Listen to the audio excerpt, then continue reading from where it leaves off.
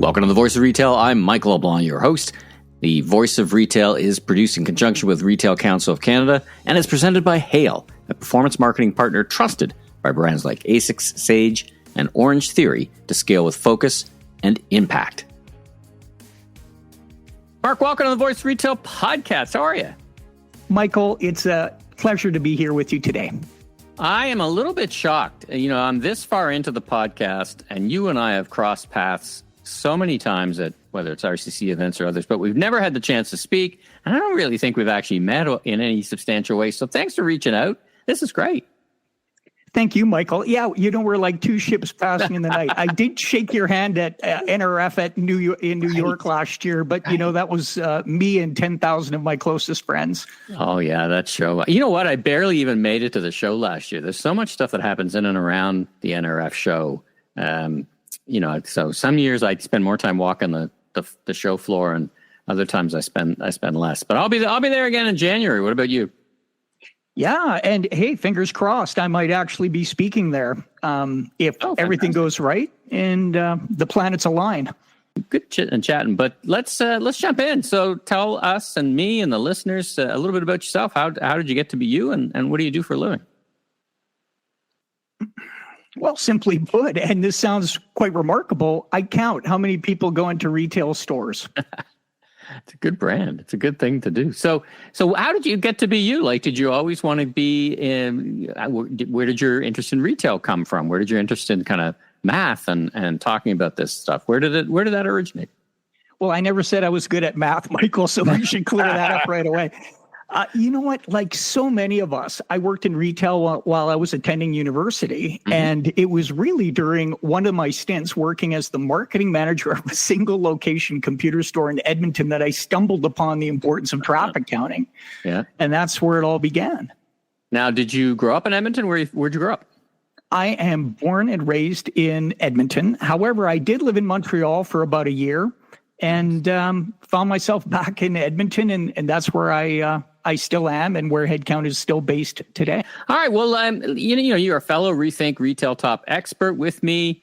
Like I said, I couldn't miss an opportunity to get on the mic. This is your third book, right? Not your first, not your second, but when retail customers count. So talk about why you write books and who you write them for. Okay, so yeah, when retail customers count, it was a fit of entrepreneurial desperation that caused me to become an author. The truth of the matter is, when I founded this company called HeadCount, which I believed it was something that every retailer would want to do, and that is measure how many people visit their stores and what percentage of those visitors actually made a purchase. I thought it would be pretty easy going. I would call up a retailer and they would say, "Mark, where have you been all our lives?" That's not what I discovered, though.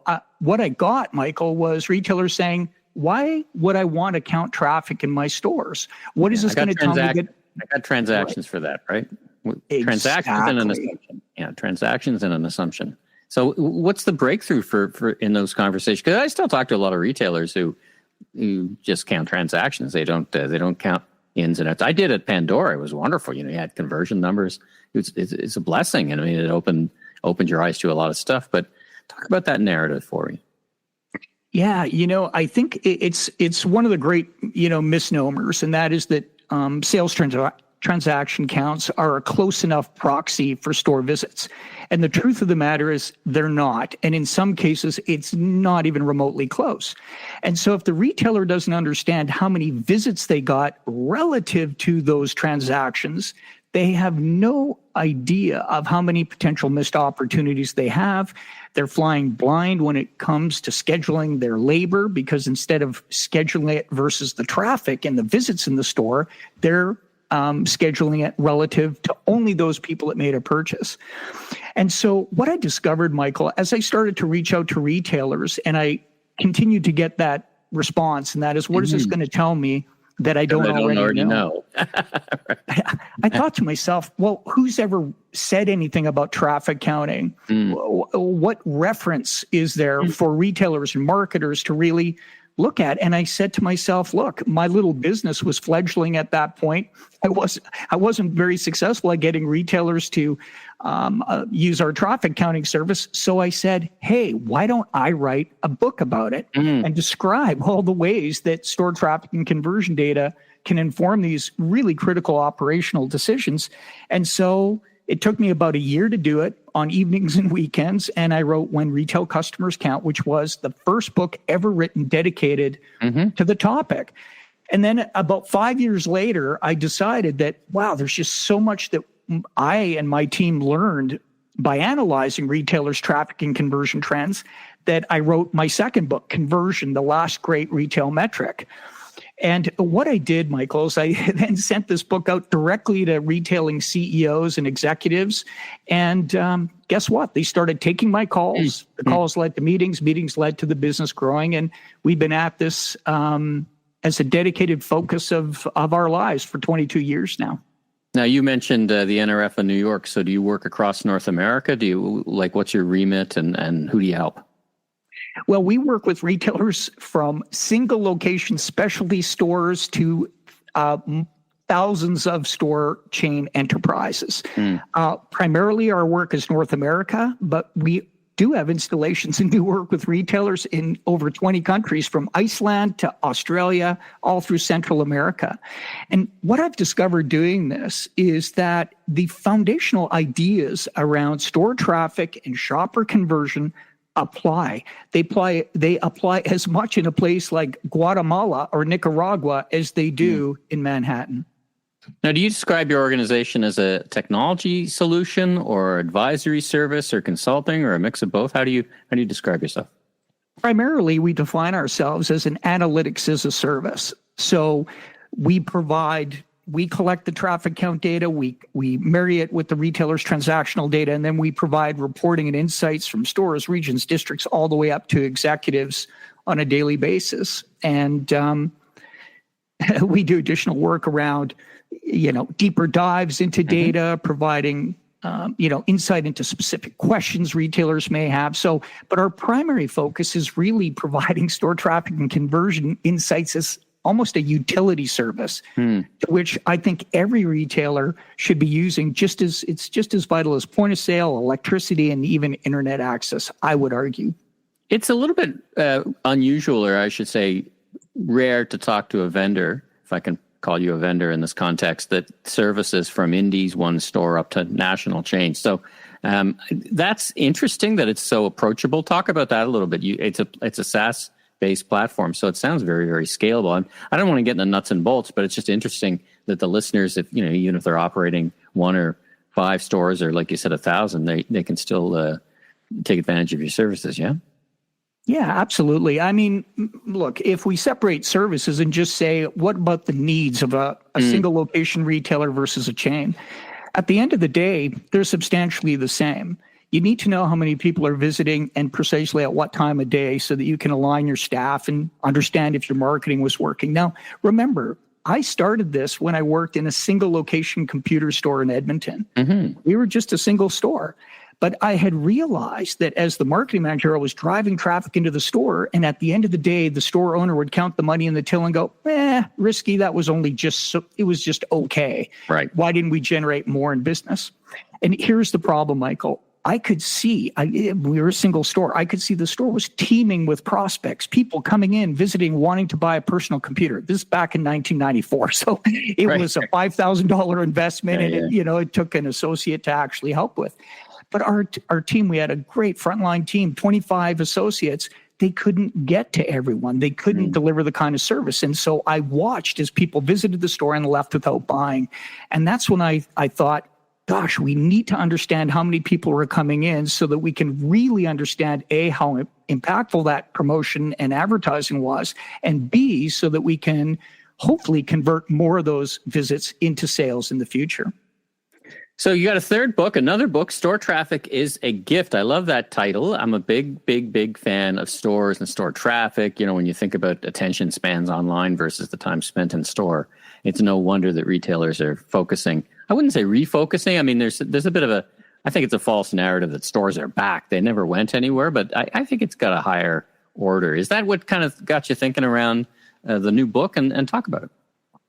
Yeah, it certainly has. Anyone in the industry and anyone who's been following the industry well knows that physical stores never went away, even through the pandemic. But I mean, certainly there was a presumption on the part of many in the media and the public writ large that, brick and mortar retailers were all going to go away. Yeah. But what happens? So the COVID pandemic smashes into the retail industry like a meteor. Instead of serving customers, frontline teams were disinfecting surfaces, cashiers were encased in plexiglass. It was an Alice in Wonderland store experience, really. It's crazy time. Up was down, down was up. Yeah. Everything that was going on was antithetical to what a great store experience was. And that changed how not only retailers had to retail, but shoppers shopped. And so as I was, I'm in the traffic counting business. Well, there's not much to count when half the stores close. And it was startling to see a retailer that would normally get hundreds of thousands of visits across their enterprise in a day dwindle to nothing. And I saw it with my very own eyes. And it occurred to me that given this tumultuous change that the COVID-19 pandemic brought, I needed to really update these fundamental ideas around store traffic and conversion. What is a store? What does store traffic mean in the age of buy online, pick up in store? How does it impact? How is it impacted by things like curbside pickup and other services that just accelerated during this time? And that's when I got the idea that not only did I need to update these ideas, but I needed to remind retailers of how precious that store traffic is. It truly is a gift, and it's a gift that you don't fully appreciate until it's gone. And that is the overarching message that I have in this book. We'll be right back after these messages. The Voice of Retail is brought to you by Hale, the partner behind some of the fastest growing DTC and retail brands in North America. Hale is recognized for senior teams who cut out the noise and keep their focus on what matters most: growth. Their approach is based on outcomes, not hours. They are selective with who they partner with, bringing speed, accountability, and a clear strategy to every engagement. Paid media, content, performance, all of it connects directly to real results. That's why brands like A6 Sage and Orange Theory choose Hale to help them scale. Learn more at wearehale.com.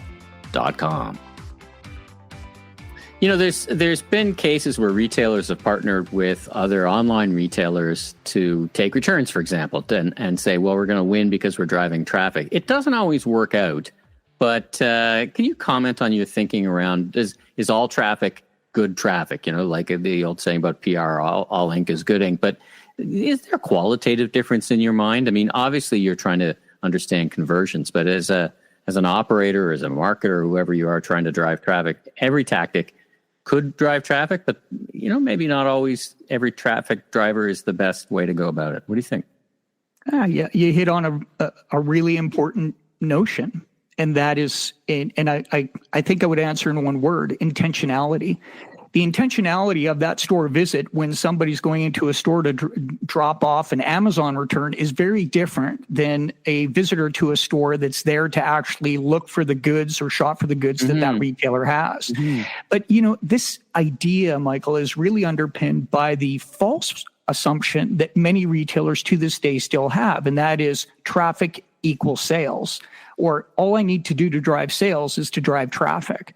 And as I point out in the book, I have scads of data that show retailers that have more traffic but lower sales because they don't convert the traffic they have, and other cases where retailers may have less traffic but actually increase their sales because they're able to convert more of that intentional traffic. So to your point, no, not all traffic is the same, and retailers should stop believing that it is the same. And when you measure store traffic and conversion rates, you can see it plain as day. We were, what are we, almost 14, 15 minutes in, and we haven't said AI. So let's tick that box a little bit. So I've been talking to retailers, and they're starting to turn their minds pretty quickly to how consumers are using AI to make decisions, whether that's to go online. But I think it's more fundamental than that. How are you thinking about the changing landscape within which retailers operate to drive quality traffic to the stores? And then once they're there, get their head up out of their phone and convert them into a sale?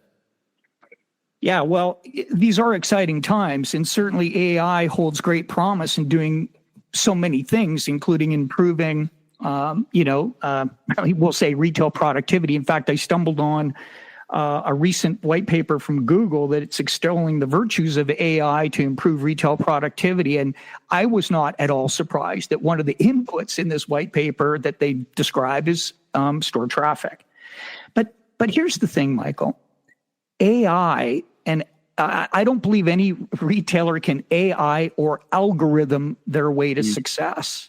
The truth of the matter is, if you can apply any kind of technology or solutions on your store operating model, but if that store operating model fundamentally is flawed or not optimal, you're not going to generate better results necessarily, or not as effective or not as efficiently as you could. And to speak to AI, because it's running in so many directions and so fast, it's virtually impossible to keep up. But there's one thing that I can say with absolute certainty, and that is AI is driven by one thing primarily, and that's data. Clean, reliable, first-party, accurate data. And that's what store traffic is. It's foundational. Clint Malman, the COO and president of London Drugs, said this in his introduction to my talk at the Retail Council of Canada's store conference this last June. And he said that store traffic is the denominator to which you compare all the things that you do in your physical stores. And I couldn't have said it better. Well, Clint's been on the pod, and he and I have known each other for many years. Now, you and I know someone else.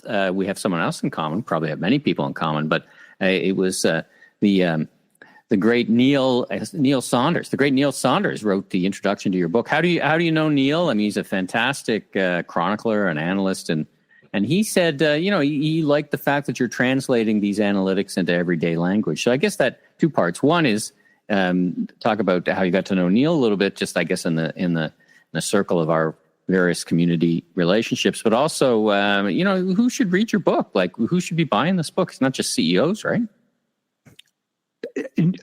Okay, so let's start with Neil Saunders. So I've been a commentator on a retail news site called Retail Wire for just over 8 years, and Neil Saunders has as well.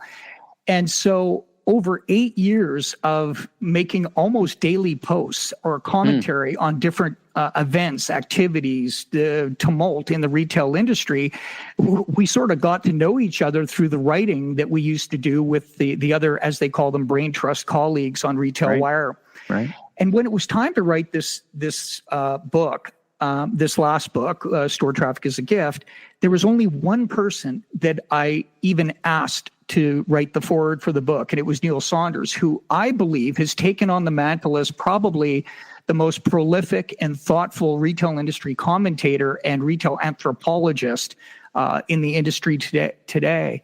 And so I was I was flattered beyond words when I reached out to him, and he immediately agreed to write this foreword. And I think he just hit it right on the head.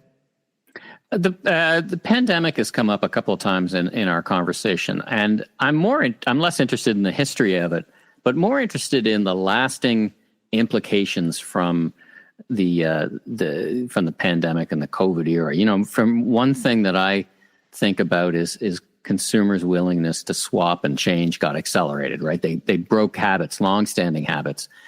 How do you think of the changes we can call it in our post-COVID era that happened because of happened to store traffic and the things you think about?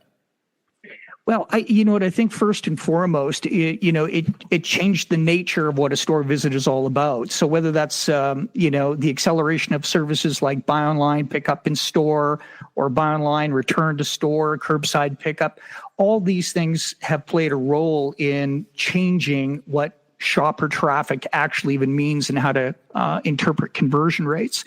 But I think another big change is just the vast array of choices and options that shoppers have to acquire literally any product that they desire.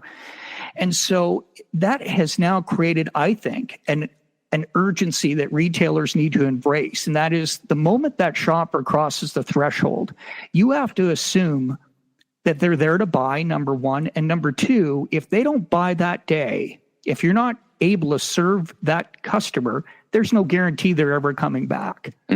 That's just the truth.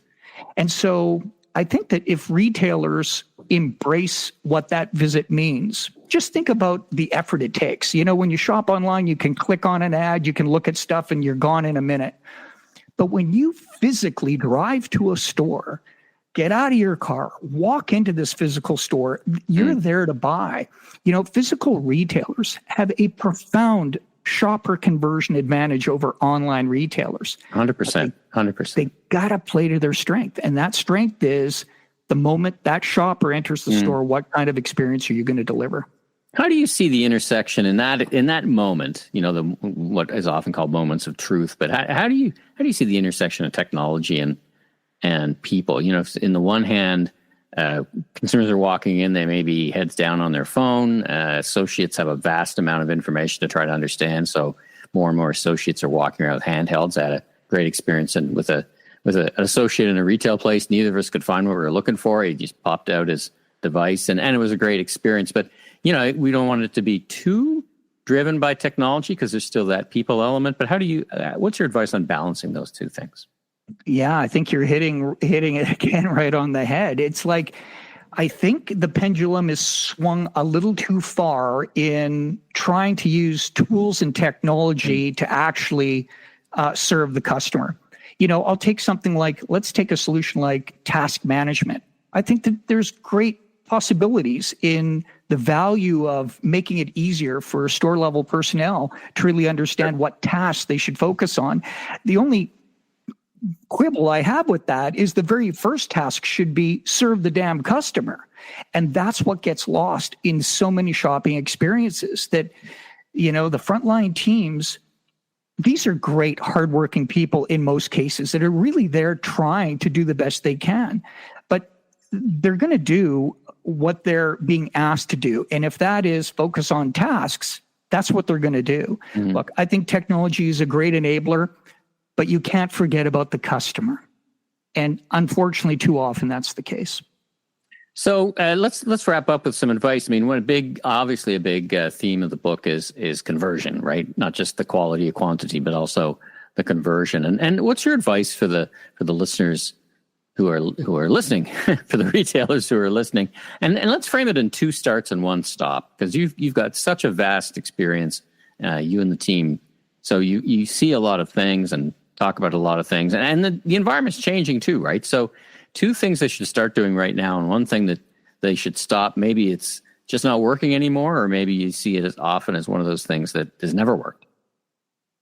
Yeah, number 1 stop is stop believing that your sales transaction counts are a close enough proxy for store visits. So that's number 1. Store visits represent the ultimate demand signal in your store, and it contextualizes everything. So that's number 1. Stop using transactions as a proxy. What they should do, and if there was only 1 piece of advice I would give any retailer of any size in any category, it's simply this: align your frontline store team labor schedule to when people are actually visiting your store, not to the sales results. Your store could be teeming with customers like my computer store was in 1994. But these people that left without buying, there's no visibility. These aren't people that fill out the customer survey, which often is given to you on your receipt after you made the purchase. But what about those people that visited and left without buying? You don't even know they showed up if you don't count traffic. None of us have a crystal ball, but after 20 years of doing this, you got a pretty good perspective. How do you see the future? Do you see store traffic continuing to be as important as it is, getting more important, slightly less? The increase of .com is slowly but surely increasing. It's not the dramatic hockey stick, certainly it was, or predicted it was at the beginning or in the middle of the COVID era. But, if you had to get out your crystal ball once again, I can't imagine anyone else who's got a better perspective. How are you thinking about store traffic in the next 18 to 24 months? Well, okay, so the pandemic was a profound example of how resilient physical retailing is. And, I've now worked in and around this industry for 30 years, and I'm convinced store traffic will always be important. In research for the book, I stumbled upon a Harvard Business Review article interview with Jeff Bezos, the founder and former CEO of Amazon. And he was asked, what do you see coming in the next 5 or 10 years? And he says, well, I could guess at that. But he said, you know what, at Amazon, we spend a lot more time trying to figure out what won't change in the next 5 or 10 years, because it's those things that don't change that we can throw up some pretty impressive revenue flywheels around. And he kind of went on from there. And so, look, I'll say this, it's my belief that, and this is based on some observational research that I've done, only about half of retailers today even count how much traffic is coming in their store. And I just think that this is a profound opportunity that every retailer has. And so I just don't see shopper traffic and the importance of traffic and measuring conversion going anywhere anytime soon. In fact, I would say in this day and age, Michael, because there's so many choices for shoppers today, that no retailer, not one, can afford to squander even a single store visit. That's why it's a gift, and it's a very precious gift at that.